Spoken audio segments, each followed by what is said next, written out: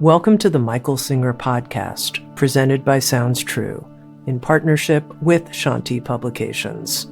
For more information about Michael Singer's work, access to all prior episodes, and information about upcoming releases, we invite you to join us at michaelsingerpodcast.com.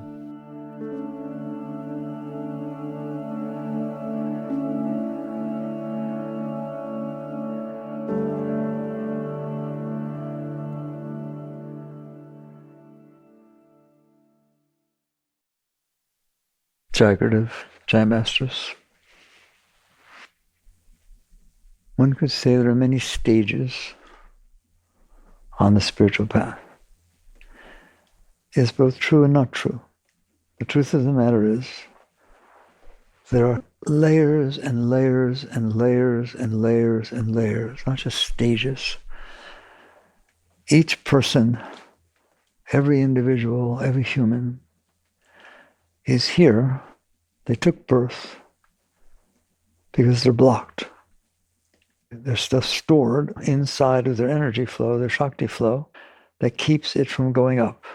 And the entire purpose of your birth, despite anything anybody tells you otherwise, the entire purpose of your birth is to go back up with less than you came down with. It's that simple. Will you reach total liberation in this lifetime? Some have, but it doesn't matter. You go back up with less than you came down with. Many people go back up with more than they came down with. And it's really not that funny. That is a wasted journey, a wasted round. Why would I go back with more than I came down with? Because what you came down with, and it's very deep. People think they're working on themselves when they're just working on the surface. Rarely you will see something so foundational down there that scares you to death. It's been there from when you were born. You've always been like that. It's just this fear, there's something down there that is running things. And you have layers and layers that it comes up and manifests. You were, in a past lifetime, you're abused and things went wrong and whatever it is, right? So when you come down, it really lays a foundation. Like some people carried fears, fixations about something that they don't even understand why. Why am I so afraid of heights? Why am I so afraid of being blamed for something I didn't do or whatever the heck it is? There's lots of stuff. That's why I don't talk about past lives. Your personality is the manifestation of the samskaras that you came down with and what you did about them. That's why psychology says you're the sum of your learned experiences. No, you are the sum of your learned experiences put on top of what you came down with. It did not start neutral. Like people talk to me about, I had twins. Ever since they were born, they're just totally different. Same genes, same this, same everything. Okay? Because you're not clean when it comes down. And why did one kid go in this direction and that direction, this and that? Like, I don't want to talk about it. I'm not here to prove anything. But usually I don't talk about slides at all. But in the deep traditions, and that includes, I had a rabbi, Hasidic rabbi, tell me that in the ancient times, Judaism believed in reincarnation. And certainly in the Buddhist and the Hindu tradition, and in many others, there is the teaching of reincarnation. And there's enlightened masters that transcended everything, merged with everything. And they all say it. You are a soul that is evolving, and it is not like at the end, if you don't make it. The Gita is so beautiful. At one point, Arjuna asked Krishna, okay, you tell me there's this very high state of liberation, of Jivan Mukta, I'm a liberated soul. I did it, I'm done. And then there's these low states where we're here and we got all these desires and fears and anxieties. And so Krishna, you're teaching me that the path of yoga is to discipline oneself and to try to raise the energy, always raise the energy up toward enlightenment, up toward the higher things. And then Arjuna is so beautiful. He says, well, Krishna, what happens if I do that and I spend this lifetime doing that and I don't make it? Aren't I like a cloud caught in between heaven and earth, and lightning will come down and strike me and just blow it away and dissipate it? I wasted a whole lifetime. And Krishna's answer is just so beautiful. He said, no. That's not how it works. He says, in your next incarnation, at some point, not immediately, at some point, You will pick up where you left off. Always. You lose nothing of what you gained in your disciplined life and your spiritual life. Okay? And then he says a really, really beautiful thing. I know I won't get exact. A long time I read it, but you'll know. He says, and perhaps, perchance, you'll be so blessed that you will drop down into Yogini's womb in the lap of piety itself, and was born into a yogi's house, to where that's what takes you from the beginning. All right? Isn't that beautiful? And so this is how it talks about the next life and so on. So basically, you are here to grow. That says so much. It's so beautiful to start your understanding of your life, certainly at the point we are now, to understand, I'm not here to be perfect. If I was perfect, I wouldn't be here. I'm not here to not have trouble. Trouble is evidence that I'm not done. A great master has no trouble, ever. I told you, they asked Ramakrishna once, fully enlightened being, does an enlightened master ever feel anger? And he said, yes, they do. But it's like riding on water. It just comes and passes through like anything else. So they're saying, does a master ever feel wind? Yeah, sure. Okay. It just passes through. It doesn't make any difference. It leaves no impressions. It leaves no samskaras. It leaves no karma because you didn't resist it. Any energy can just pass unless it has an obstacle, unless it has some force resisting it. Not how Newton talks, a reaction equal an opposite reaction. Something has to stop, otherwise it keeps going. So if an event happens to you, any event in this life, it comes in, you experience it, and it passes through. It's not that you don't experience it. Well, that's wonderful. That means you're done there. That's an area you don't need to be working on. Well, what happens if something comes in and it doesn't pass through? I didn't like it. I couldn't handle it. No. Then you're saying, your consciousness, your soul, is sitting there saying, no, I don't want this to have happened. I teach it all the time. The trouble is it did. Don't worry if it didn't happen. Don't even think about it. That's crazy. But if it did happen, don't say, I don't want it to have happened. Why? Because that means you resist. And when you resist the energy that comes in, you push it down and hold it inside of you. And that's what your spiritual growth is about. And don't ever think about anything else. It's not about what happened to you. It's about how you handle what happened to you. So basically, things happen. They're supposed to happen. It's a happening place. Somebody once asked me, isn't it true that God, now I'm going to talk very deeply to you here, that God is so amazing that he manifests for each person exactly what they need for their growth, what they're going through, and the world is rearranged so that that's there. Okay? My mind says, well, I like God a lot, and I give him a lot of credit, but if we're standing next to each other, and you need something to happen and I don't, how's that work out? Or I need the opposite to happen. And what you find out, and listen to me, okay, is what's happening is the event is impersonal. I always teach you that. And that's very hard for you because you take it very, very personal. The event is impersonal. It is not raining because God doesn't like you and it's your birthday. You did not have a miscarriage because God didn't want you to have another child. Well, what's happening? What's happening is some people can handle a situation. Some people can't handle a situation. So if the same situation happens in front of both people, it won't bother one person and will bother the other person. That means one person needed it for their growth and the other person didn't need it for their growth. But they both experienced the same thing. So it's not what happened that matters. It's what it hit inside of you that matters. And what hit inside of you is exactly what you need for your growth all the time. Do you see the difference? So God can just sit back in his easy chair, here, okay, go about your business because you guys, he developed a school that's phenomenal. Imagine if you went to school and a math class and everybody was at different levels and what was being taught hit each person at the level they were at. That's a perfect school. Earth is a perfect school.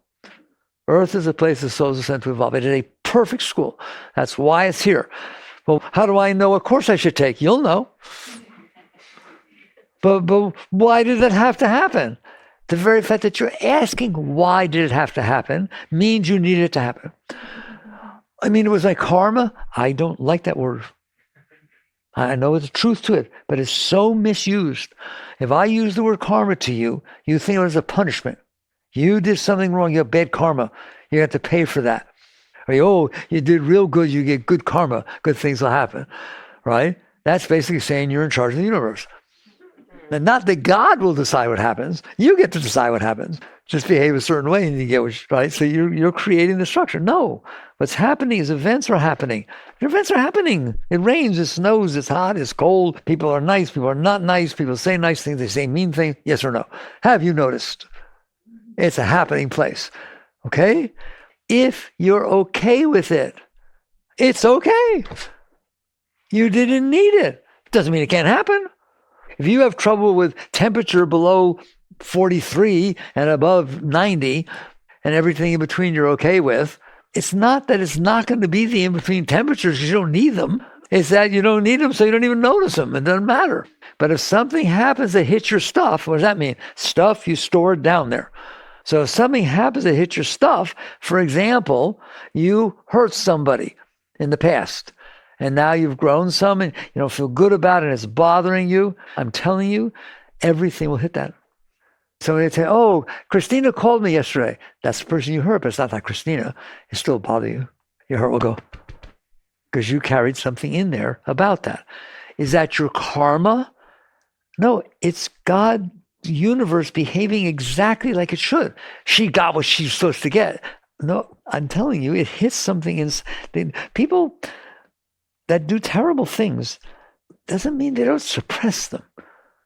I told you, I went 30 years maximum security prison, worked with a lot of people. It's not that deep inside they don't have feelings and they don't know that they hurt somebody, that is out of balance. Okay? They rationalize it, they suppress it, they justify it, they hang out with people who did it also. There's all kinds of ways to hide the underneath reality of what you have stored down there.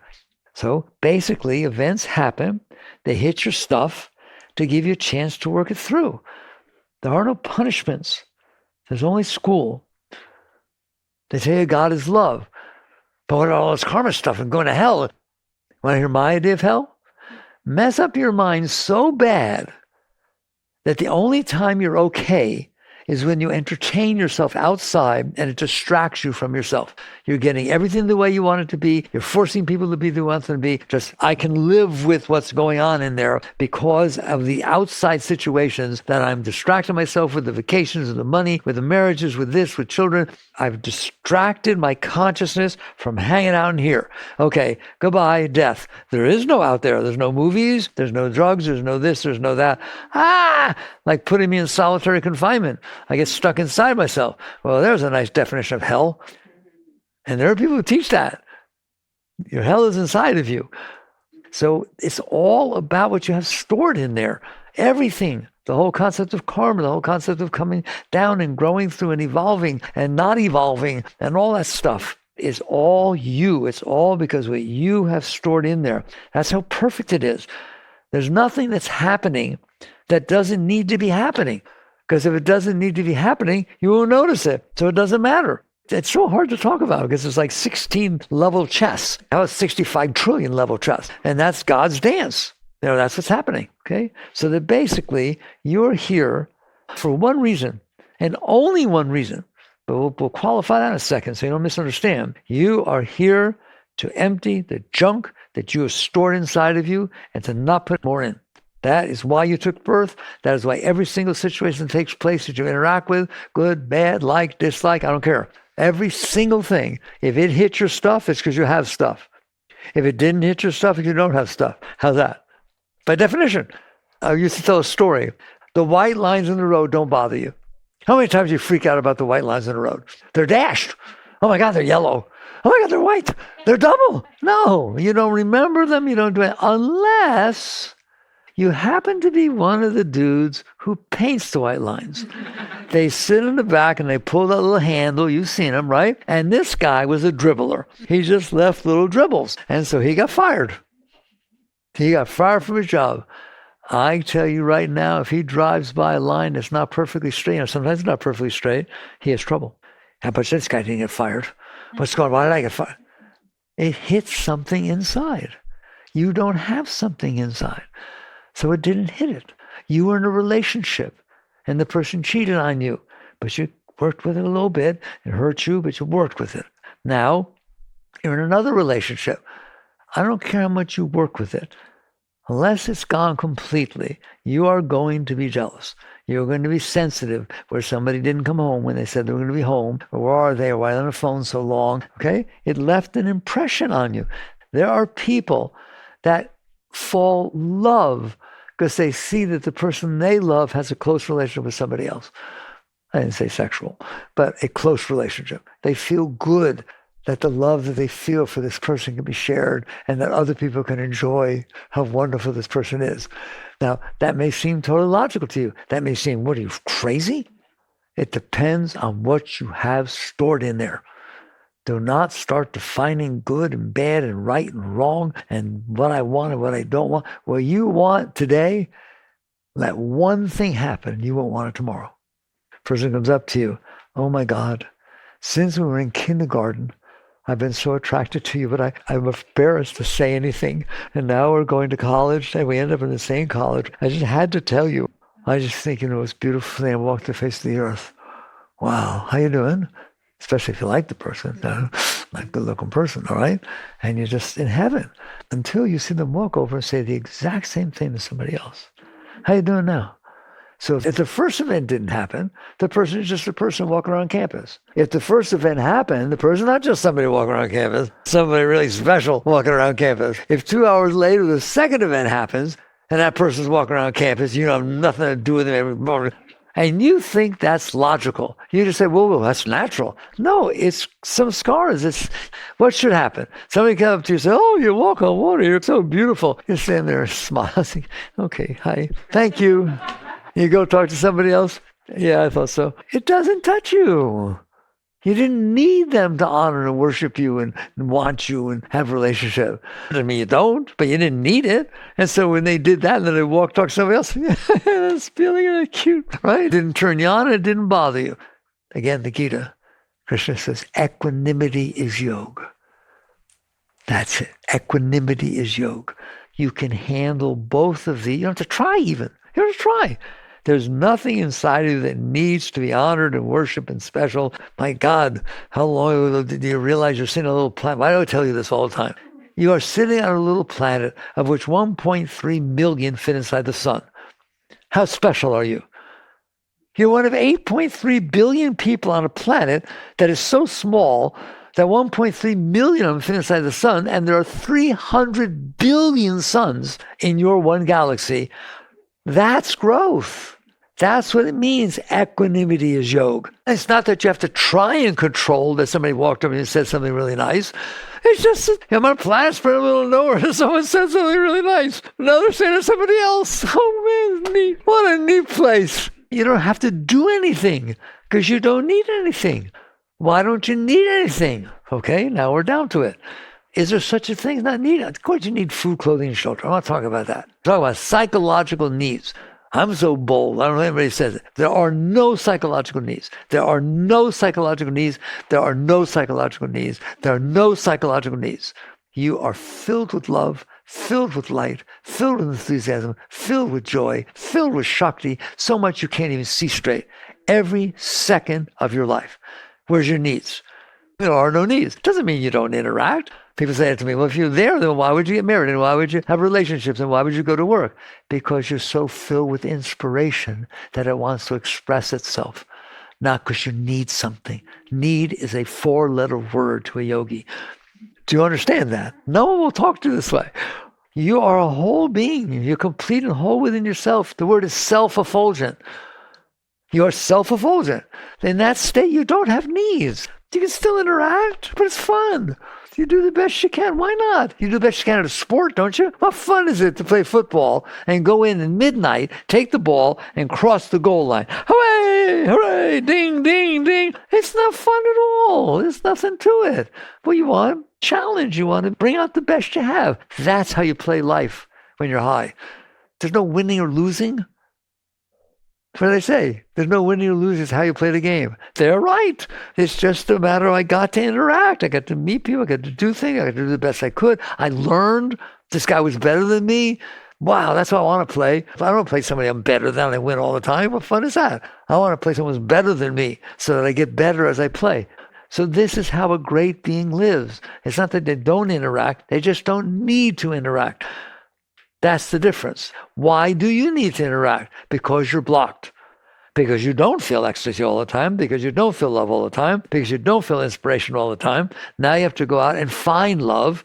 Oh, that's a joke. It's inside of you. Where are you going to find it? It's all about the blockages. You're so blocked that you have to try to find somebody that, and it's not that they will undo your blockage. Don't you dare think that. It's your blockage. The only way it's going away when you let it go. But if they entertain you enough to distract your consciousness from yourself, it's called opening. You hear me? Usually you're closed. You're a closed system. My consciousness is in here and I'm controlling everything and I need everything, I'm scared and I need, well, all of a sudden you meet somebody who, they say, I love it, is attractive. It doesn't have to be physically attractive. At any level, you get many spiritual attraction. But I like the word you call it attraction. What does that mean? It pulls your consciousness toward them instead of being stuck inside of you. And when it does that, Shakti can flow because you're not in there fighting everything within yourself. It's still there. If you haven't noticed in relationships, it tends to come back up at some point. God, you're just like my ex. I told you I didn't like that. You're just like my mother. I'm a man. I don't care. You're just like my mother. The stuff is still there. And we'll talk about whether it can go. But right now, what I'm saying is what you're looking for is something that is distracting enough to your consciousness to where it takes your consciousness off of you. You're not going to feel love if it's just sitting inside of you. You'll be manipulating, controlling, and struggling and fighting. But there is such a thing as falling in love. You didn't fall in love. Love is inside of you. Anytime you feel love, it's not in your hand, not in your foot, not in the pole, not in the other person. Where do you feel it? In my heart. Well, I don't understand. If it's in my heart, what do I need this person for? Okay? Because my heart is closed. Because I got a lot of stuff stored in there in that heart. Every single time you resist something, a samskara we call it, a pattern that you couldn't handle, it gets stored in the Shakti flow of your heart. And it gets pushed down to the third chakra. But basically, it goes down into the heart. And so the heart can't open. People have closed hearts. Even people that think they have open hearts, they have conditionally open hearts. I love you so much. What did you say? What did you do? Well, it takes one word. You don't love her so much. It's called conditional well-being. So the heart is conditioned by the samskaras. But if you distract your consciousness and you're not thinking about your worries and your needs and your finances and this and that, blah, blah, you just feel love. Then that is why you feel love, because your consciousness got pulled off of your stuff. I'm sorry to tell you, it will show back up, doesn't it? It shows back up. Does that mean you shouldn't have a relationship? No, I'll tell you, relationships are very good. Life is good. Life is your teacher. And so basically you catch on that need is because you're blocked. If you're not blocked, even in a given area, don't think this is all or nothing. You could be blocked about money. I always want to need money. Another thing, I didn't have it, and I grew up poor. It's a big thing to me, and I have to have money. I don't care about anything else. Even I'll steal it. I'll do it. You understand that? It's you're blocked in the area of money. Why? Past experience? I don't know. I don't even want to know. Just know it's there. Or in the area of relationships. It all depends upon your samskaras. Nothing's good or bad or right or wrong or better or worse. It is your samskaras that determine what is going on. And again, the reason for your birth is to get rid of that stuff. Not to do or not. They always say it's not about doing. Who's ever heard the deep teaching? It's not about doing or not doing. It's not about doing or not doing. It's about your samskaras and how you're dealing with it. It's not about the outside. It's about the inside. It's always about the inside. Do you understand that? No, you don't, because you're messed up inside, and these different situations help you feel better inside or make you feel worse, and now it's about the outside. Do you see the difference? It's about the outside because the outside affects the inside. Does the outside affect the inside? I should start off by asking you that. Does what happens outside affect how you feel inside? Can it hit your stuff? Can it make you open? That's why you care about the outside. You don't really care about the outside. You care about the inside.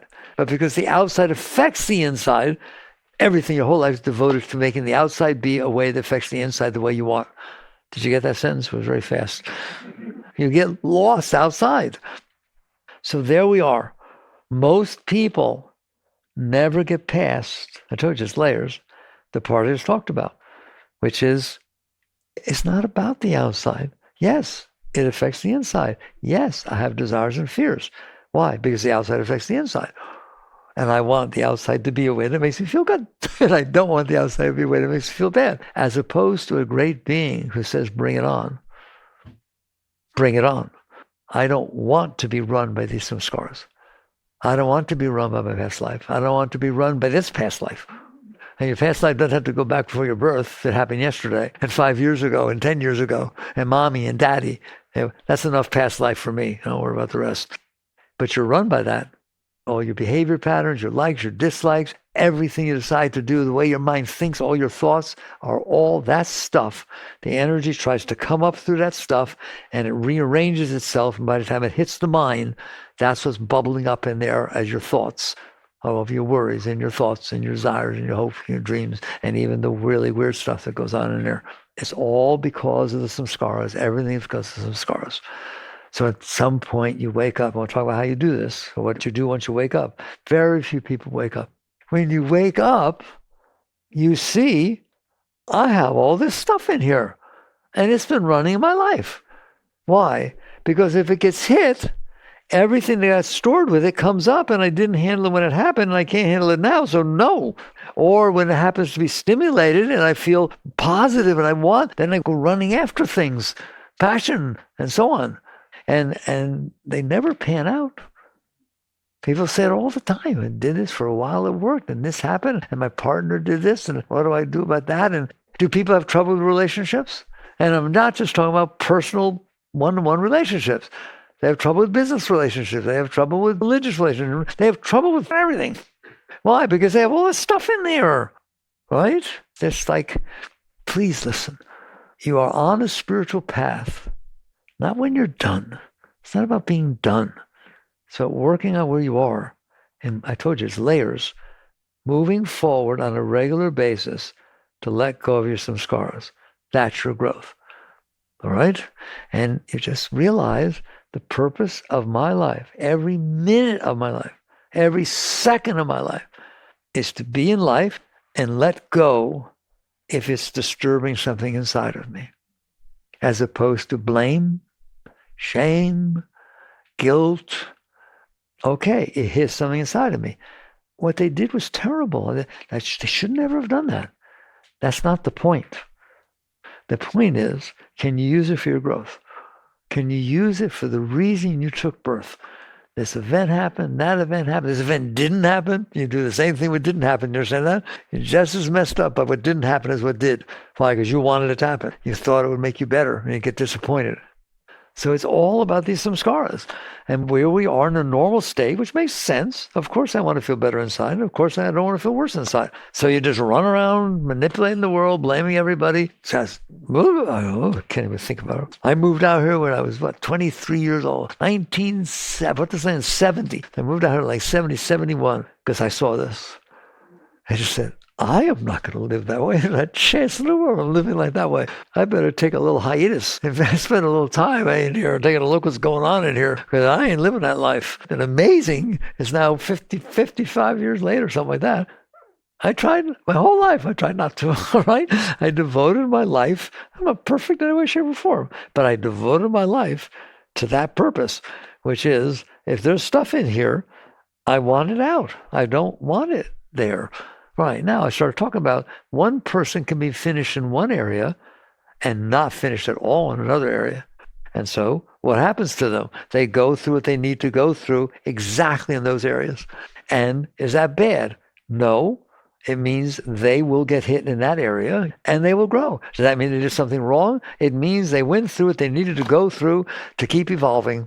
Do you understand that? You just end up take the dust from each one's feet, serving mother where she sleeps. Judge not that ye shall not be judged. That's the Bible. Third Gen Patriarch, the burdensome practice of judging.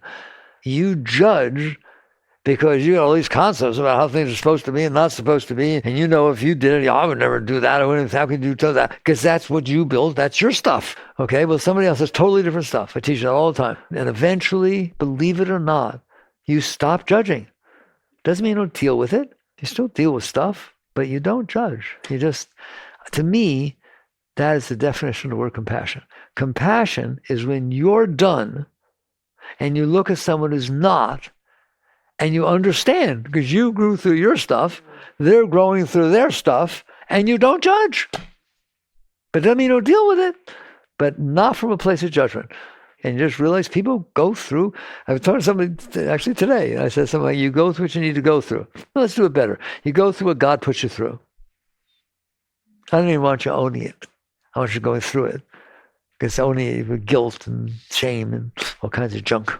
It's just basically, if you look back at your past, it is the definition of what you needed to go through. But I can't say that to you because you think, why did I cause that person to do that to me? Nobody said you caused that person to do it to you. The person behaved in accordance to some of their learned experiences, and based on the samskaras that you have, it hits your stuff. Doesn't make it right or wrong. It just means that was my growth at that time. Did I grow? No, I suppressed it. I hated it. I hate them. It's like you did not use it to let go of yourself. I'm not blaming you. It's a very difficult life I'm talking about. You're not out there trying to be okay. You're out there trying to let go of everything that makes you not okay. That's a very different life. That's what life is about. It's about understanding that you're going to go through this path in your life, and it's unique. Nobody's having the same experience. Can I say that to you guys? I don't know if you get it. Nobody is having the same experiences as you in sequence, are they? Who has gone through the same experiences that you have every single moment as you're walking through life? Nobody. Not only is not somebody going through it now, they have never gone through it because it didn't exist, and they will never go through it because it's not going to exist. So you're having a unique experience, a unique walk through life. My God, when I realize that, you say, thank you. Thank you for this life that unfolded in front of me that only I got to have. They're my moments. They must be yours or nobody else's. Wow. But you can't accept them. You judge them and you judge everybody else. Based on what?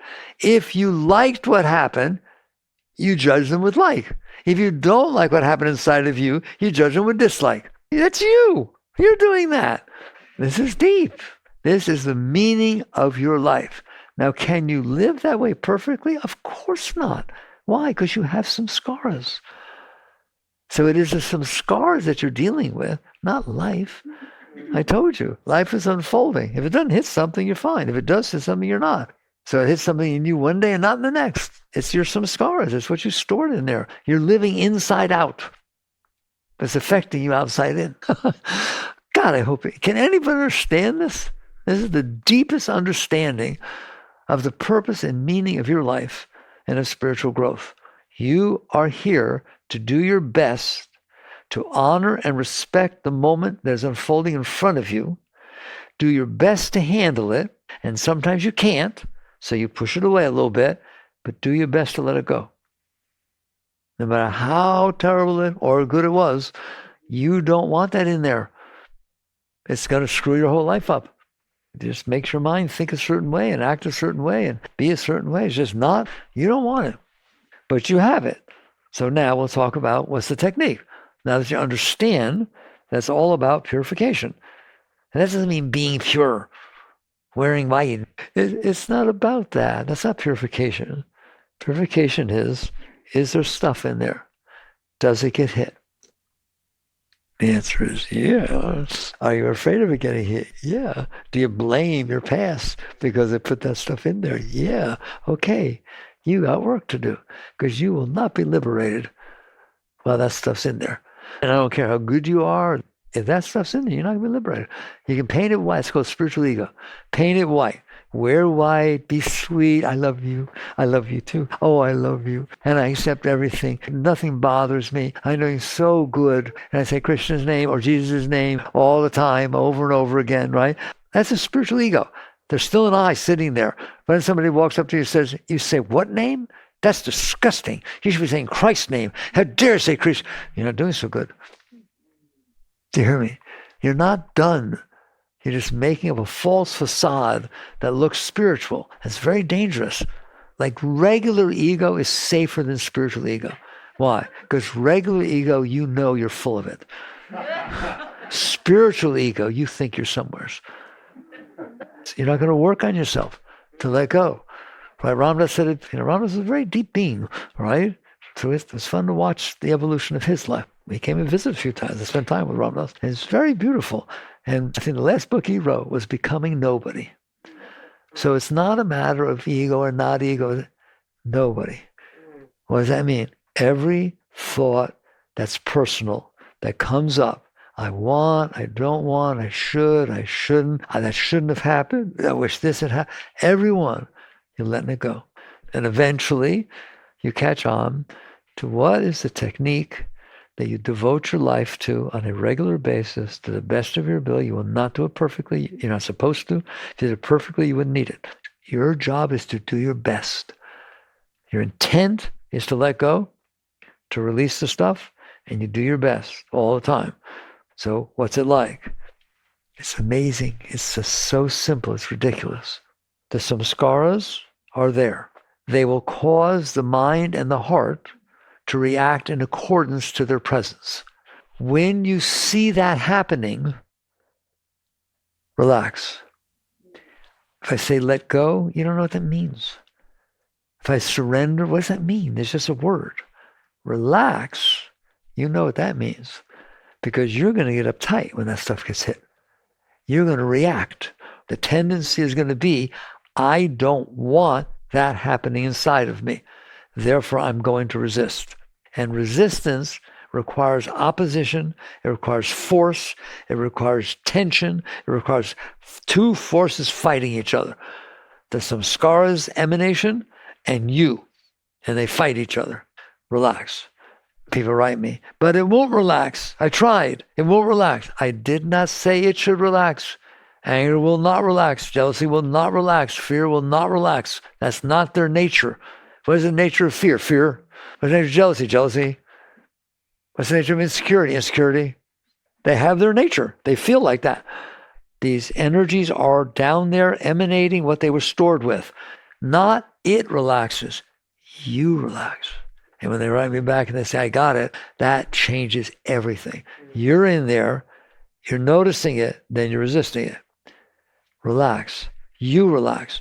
But no, if I relax, I can't protect myself. It's going to come closer to me. It's going to come up further. No, I want to get rid of it. I want to know how not to have it come up further. I don't want to feel it. Okay, then you're not going to grow. What you're going to do is push it back down. You find a way to push it back. You find a way to not feel it. Well, why did you not want to feel it? Because I'm not done in that area. Oh, I thought you wanted to be done. This is deep.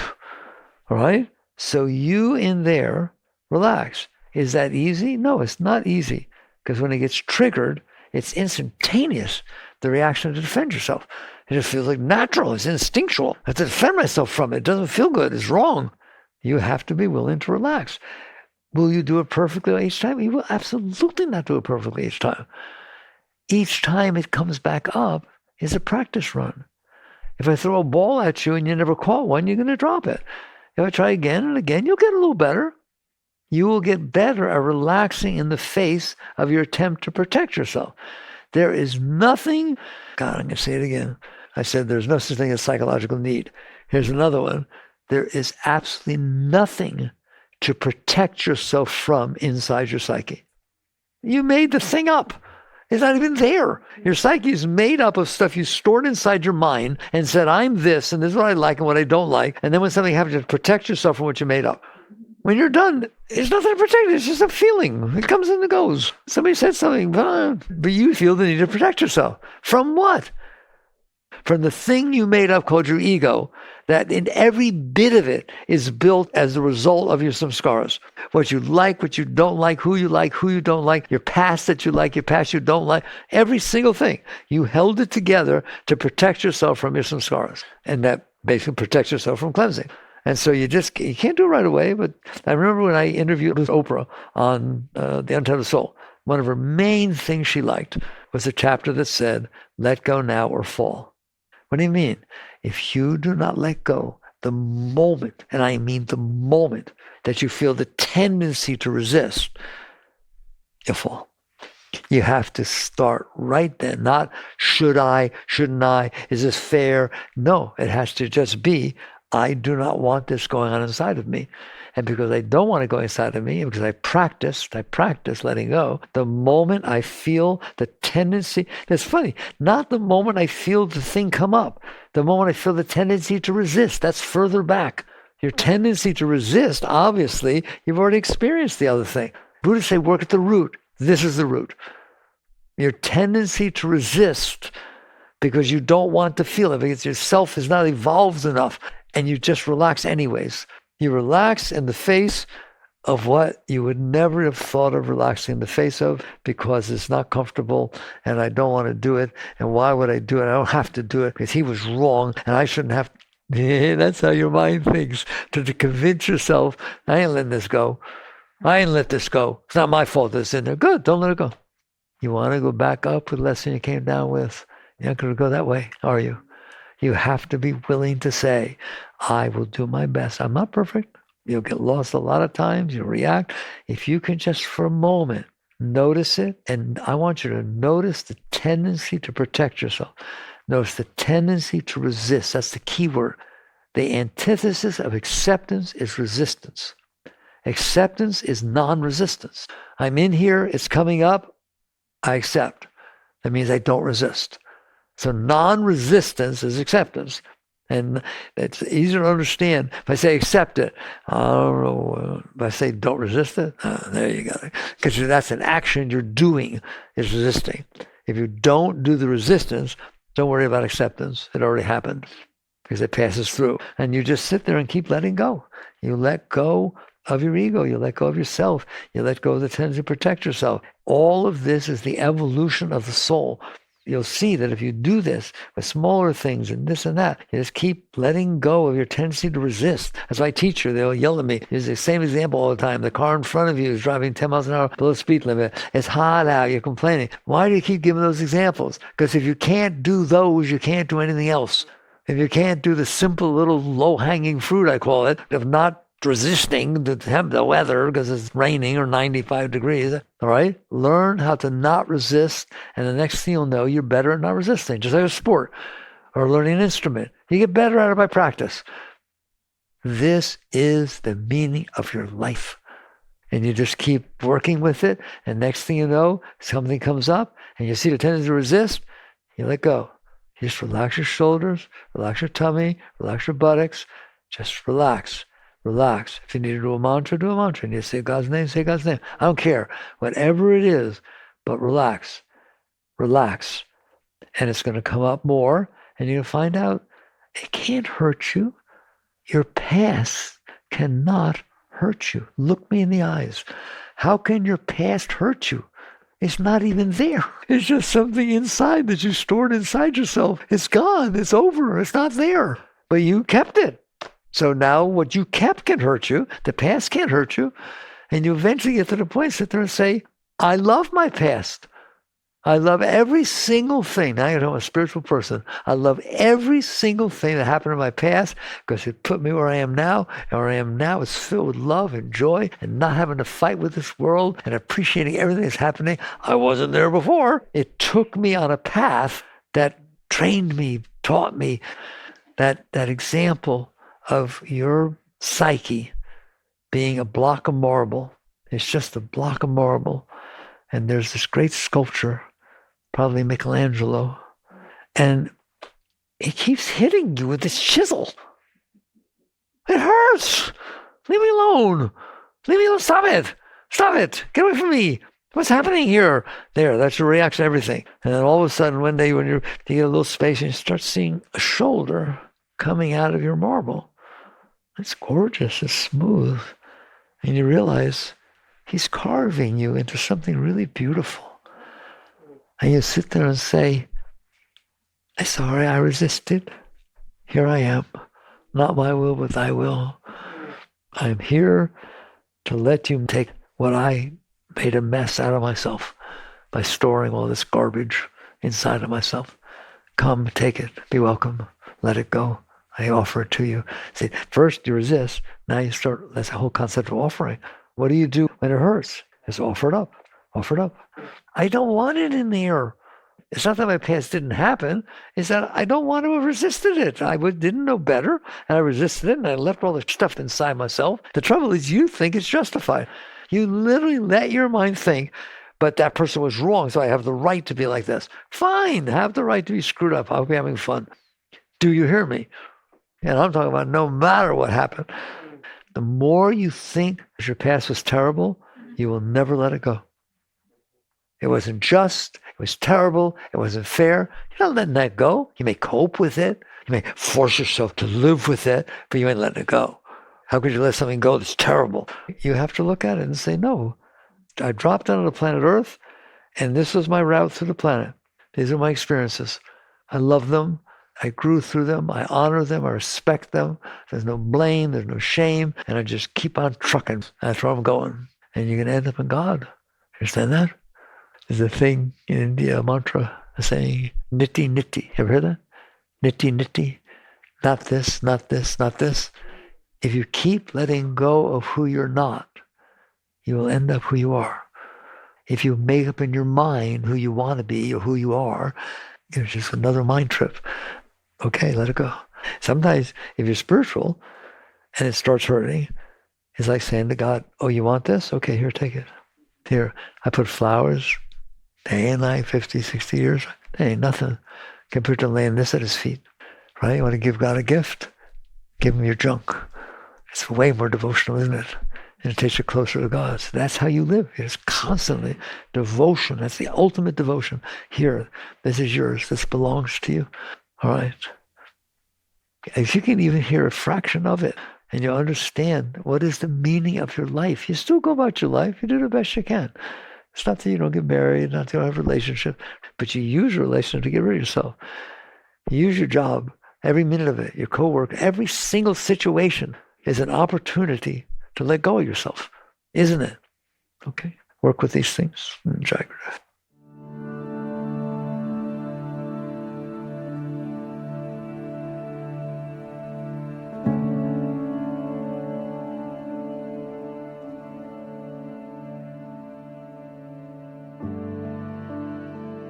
You've been listening to the Michael Singer Podcast, produced by Sounds True in partnership with Shanti Publications.